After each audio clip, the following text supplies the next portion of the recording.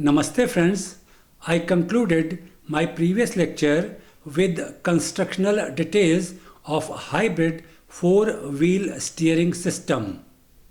In this lecture, I would be talking about working of this steering system first. Then I will move on to some other topics related to steering system. Working of hybrid steering. Assuming vehicle is turning towards left, rear wheels turn in opposite phase, that is in direction opposite to front wheels. This we have referred to as negative four-wheel steering system earlier.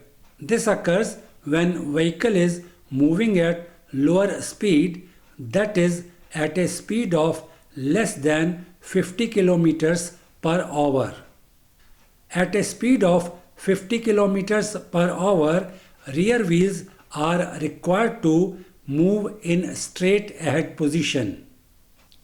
When vehicle moves at a speed more than 50 kilometers per hour, rear wheels should turn in same phase, that is in same direction as front wheels. This we have referred to as positive four-wheel steering system. Speed of 50 kilometers per hour has been assumed for this particular vehicle. In fact, this value may change from vehicle to vehicle. We take up these three situations separately. Vehicle moving at low speed. As already mentioned, vehicle is moving at a speed less than 50 kilometers per hour. In this situation, rear wheels should turn in a direction opposite to that of front wheels. Referring to diagram that has two views. Elevation presents assembled view of swing arm, control arm and input rod with spool valve. Spool valve is a part of phase control valve. Side view on left hand side shows movement of swing arm in an arc from A to B. This is as steering wheel is turned. We are aware that turning of steering wheel is transmitted to steering angle input shaft, bevel gear wheels, control arm and finally to swing arm. Due to activation of stepper motor shown with red arrowhead, movement of swing arm from A to B is a portion of ellipse as shown in side view. This ellipse represented by straight line has inclined position in elevation. This causes movement of input rod and control arm joint from O to O dash as shown with red color. This makes spool valve to move towards left as shown in elevation with red color. This causes turning of rear wheels in direction opposite to front wheels. As already mentioned, it happens when vehicle is moving at low speed, that is below 50 kilometers per hour as assumed for this particular vehicle. Vehicle moving at 50 kilometers per hour. In this situation, rear wheels should be in straight ahead position. To know how it happens, let us refer to diagram.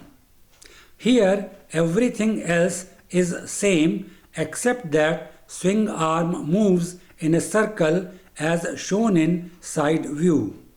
Circle represented by straight line has vertical position in elevation.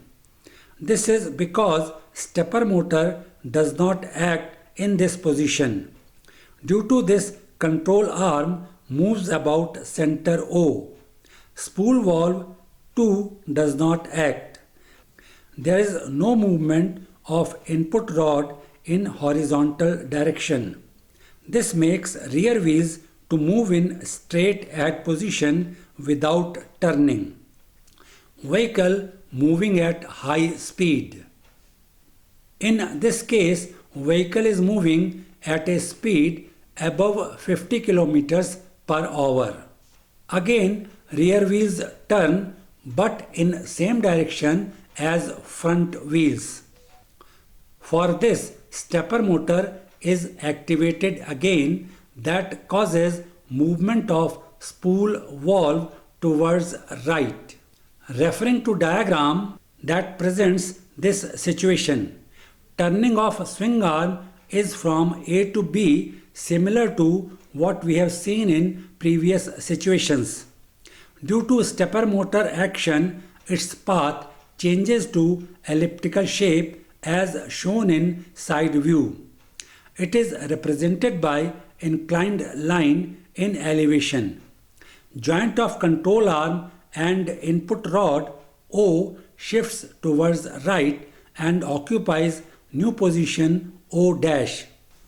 Spool valve also moves towards right, shown in red. As already mentioned, this causes turning of rear wheels in same direction as front wheels. It is assumed that vehicle is turning towards left. When vehicle turns towards right, system works in the same manner under three different situations mentioned above. In another hybrid four-wheel steering system, steering cylinder is used for rear wheels. It gets signal from electronic control unit or ECU. Accordingly, piston inside cylinder is pushed either way. To understand it in a proper manner, let us refer to diagram that represents wheel turning mechanism. This is top view. Steering cylinder gets input from ECU and accordingly piston inside cylinder moves either way, shown by arrowheads as mentioned earlier. Each rear wheel is provided with steering cylinder individually and these are fixed on vehicle frame. Cylinder has inlet and outlet port for fluid shown as fluid in and fluid out in diagram. Piston inside cylinder has movement upwards or downwards as indicated by arrowheads. Piston rod end outside cylinder has hinged joint. It joins piston rod with guide rod. Guide rod at other end has suspension fork visible as red rectangle in this view. Wheel is mounted on wheel axle held in suspension fork. Wheel axle has been shown in black. Hinged joint causes turning movement of wheel either way as shown in green and blue colors. It is rear wheel and turning has been exaggerated in diagram. In practice, it turns for about 5.5 degrees as mentioned earlier. Four-wheel steering system has rack and pinion front steering that is powered hydraulically. Rear wheels too are steered by hydraulic power. Rear wheels are locked in straight ahead position if hydraulic system does not function properly. It is achieved through a lock spring. In case of electrical failure, solenoid valve disengages hydraulic boost. This reduces hydraulic pressure and activates lock spring. Here too, rear wheels are locked in straight ahead position. This makes four-wheel steering system to act as front wheel steering system. This keeps vehicle safe in case of hydraulic or electrical failure. Bumps on road cause violent jerks to moving vehicle. Suspension system helps to prevent transmission of these jerks to vehicle body. How this happens will be explained later when I talk about suspension system. Violent jerks caused by bumps on road are also transmitted to steering system. This may cause turning of vehicle even when not desired. Vehicle loses its stability, that is highly dangerous. Therefore, it is undesirable. This situation can be controlled mechanically by optimizing scrub radius. Scrub radius is an important parameter. Let us try to learn a bit more about it. Scrub radius. It is horizontal distance between center line of front wheel and kingpin axis on road surface when viewed from front. Referring to diagram, it may be 0 if center line of wheel OP and kingpin axis OQ intersect at road surface. Their point of intersection is O as shown in diagram A on left hand side. If the two intersect above road surface as shown in diagram B in middle, scrub radius is considered negative. It is represented by small horizontal line OO' shown in red. Similarly, when center line of front wheel and kingpin axis intersect below road surface as shown in diagram C on right hand side, scrub radius is considered positive. It is represented by O', a small horizontal line shown in red. Zero scrub radius makes vehicle unstable. Therefore, it is avoided. Positive scrub radius is used in cars with rear wheel drive and in some racing cars. Generally, cars have negative scrub radius. As mentioned earlier, stability may be achieved while turning by optimizing scrub radius. Power steering does the same in more effective manner. Next, I take up hydraulic vane pump and rotary spool valve. These are components used in power steering. Hydraulic vane pump. Vane blowers are used to provide compressed air to superchargers in internal combustion engines. This we have seen earlier. Hydraulic vane pump are required to handle fluid in liquid form. It has similar construction with few modifications as working medium is liquid. Referring to diagram that represents the constructional details of pump. Vanes are in two parts that can slide in and out. This way, their outer end is always in contact with curved surface as shown. Eccentric with center O rotates in clockwise direction. There is an inlet on upper side. Through this inlet, fluid from reservoir enters. Atmospheric pressure in reservoir is enough to push fluid inside. Additionally, it helps in avoiding cavitation in pump. As shown in diagram A on left hand side, vane 1 has just passed the inlet opening. As it rotates clockwise, space between vane 1 and vane 2 goes on reducing till vein 1 reaches in lowermost position. It may be visualized from diagram B on right hand side. Vein 1 is approaching lowermost position and fluid between vein 1 and 2 is compressed because of reducing space. As vein 1 crosses lowermost point and moves further, outlet on left is opened. Compressed fluid at high pressure goes out and is fed to rotary spool valve. Hydraulic vein pump is provided with pressure relief valve. It is used to reduce the pressure of outgoing fluid if it crosses permissible limit. Rotary spool valve.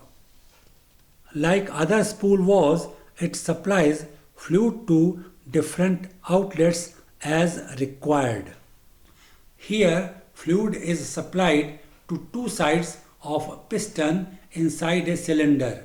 This cylinder is part of rack and pinion steering system. In third situation, when vehicle is moving straight ahead, it keeps piston in middle position. I would be explaining this with the help of three diagrams. First diagram presents supply of fluid when vehicle is moving straight ahead. The diagram has two views, plan and elevation. Innermost circle in plan represents torsion bar that is located inside steering column. It is a thin rod that twists when torque is applied. Steering column is surrounded by return line. Fluid inlets are provided as shown in red. Left turn outlets are located as shown in diagram in blue. Similarly, right turn outlets are located as shown in diagram in green color. Return line is lowermost as evident in elevation, shown in black. Next to it is left turn outlets followed by right turn outlets and fluid inlet at the top. Arrowheads indicate direction of flow of fluid. In straight ahead position, all inlets and outlets are open. Fluid flows freely without exerting pressure. This keeps piston in cylinder in middle position. We will know about this in details a bit later when I describe hydraulic power steering. Next diagram represents a situation when vehicle is turning right. In this situation, passages between fluid inlets and left turn outlets are blocked. It is evident from plan. Fluid from inlets shown red goes out from right turn outlets shown in green. The fluid is at high pressure. It travels through pipelines and enters in cylinder. Fluid at high pressure enters the cylinder and pushes piston towards right. This pushing of piston supplements the force exerted by driver through rack and pinion to turn the vehicle towards right in this case. Next diagram represents a situation when vehicle is turning towards left. Here we find that passages between fluid inlet in red and right turn outlets in green are blocked. In this case, fluid entering from inlets at high pressure is fed to left turn outlets shown in blue. Fluid at high pressure coming out of these outlets moves through pipeline that delivers it to cylinder. Inside cylinder, it pushes piston towards left. Force exerted by piston supplements the force exerted by driver through rack and pinion as vehicle is turning left. That concludes discussion for this lecture. In next lecture, I would be talking about power steering and steering damper in detail. Thanks for watching.